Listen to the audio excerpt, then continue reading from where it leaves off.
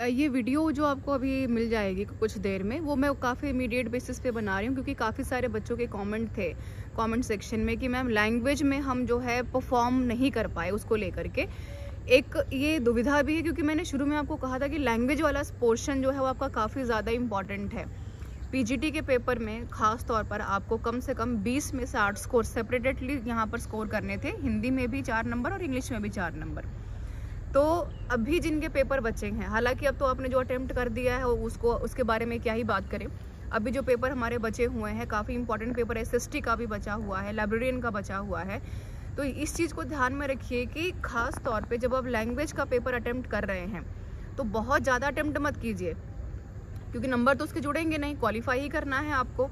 तो अगर आपको क्वेश्चंस आते भी हैं तो दोनों ही कंडीशन में क्वेश्चन को काफ़ी सटीक तरीके से अटेम्प्ट कीजिए कि भाई 10 में से 4 नंबर तो आपको सही करके लेके जाने ही जाने हैं। और इंग्लिश में भी वही और रीजनल लैंग्वेज में भी वही। और अगर टफ और अगर मुश्किल की बात करें तो अब तक जितने भी हमारे पेपर हो चुके, जैसे का देखा, प्रिंसिपलशिप का देखा है, पीजीटी का देखा है, तो वो पेपर इतने ज़्यादा लैंग्वेज के बेसिस पे इतने हार्ड नहीं रहे, जैसे कि मैंने शुरू में भी आपको बोला था। तो थोड़ा सा कॉमन सेंस का यूज़ करना है और कोशिश करेंगे कि जैसे ही पेपर आपके हाथ में आता है, हालांकि चॉइस बिल्कुल आपकी होगी, बट मेरा सजेशन ये है कि लैंग्वेज वाले पोर्शन को सबसे पहले वरीयता दे।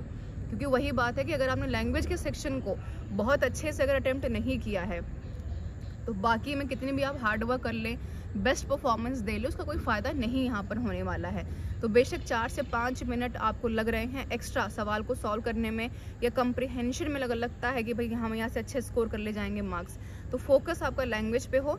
वहाँ से श्योरिटी ले ले कि भाई आपने तीनों सेक्शन को मिलाकर, जैसे टीजीटी का पेपर है कि भाई रीजनल है, हिंदी है, इंग्लिश है, तो 30 में से आपको कम से कम 12 नंबर स्कोर करने हैं, 4-4 नंबर सब में, है ना। तो कम से कम कोशिश करें कि यहाँ पर अपनी सटीकता को बनाएं और उसके बाद बाकी सेक्शंस पे जंप करें। और कोशिश करें कि कम अटेम्प्ट करें, अच्छे क्वेश्चंस अटेम्प्ट करें। बहुत ज़्यादा अटेम्प्ट करने के चक्कर में नेगेटिव मार्किंग में ना जाएं, क्योंकि ये आपको नुकसान भी कर सकता है। तो इस बात का काफ़ी हद तक ध्यान रखें। बाकी एग्जाम्स के लिए ऑल द बेस्ट।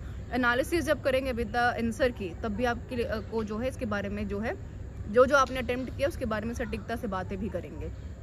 शेयर कर दीजिए वीडियो को ताकि बाकी बच्चे भी इसको देख पाएँ और दिमाग में रखिए, क्योंकि इतना प्रेशर रहता है एग्जामिनेशन में काफ़ी सारे बच्चों को कि जो काम की चीज़ होती है, जहाँ पर आपको फोकस करना है, वहाँ पर कहीं ना कहीं हम अपना फोकस लूज़ कर जाते हैं। तो वो काम नहीं करना है, नर्वस नहीं होना है। जनरल पेपर है, क्वालिफाइंग इन द नेचर है, तो आसान ही पेपर आ रहा है अब तक का। उम्मीद है कि एसएसटी के पेपर में भी बहुत मुश्किल नहीं पूछेगा। आपके काम का कम चीज़ें अटेम्प्ट कीजिए, अच्छे से अटेम्प्ट कीजिए, पेपर आसान ही आ रहा है, क्वालिफाइंग इन द नेचर है, इसलिए विद नेगेटिव मार्किंग ध्यान रखिएगा इस चीज़ को। This is all about the session. Thank you so much for being with me everyone.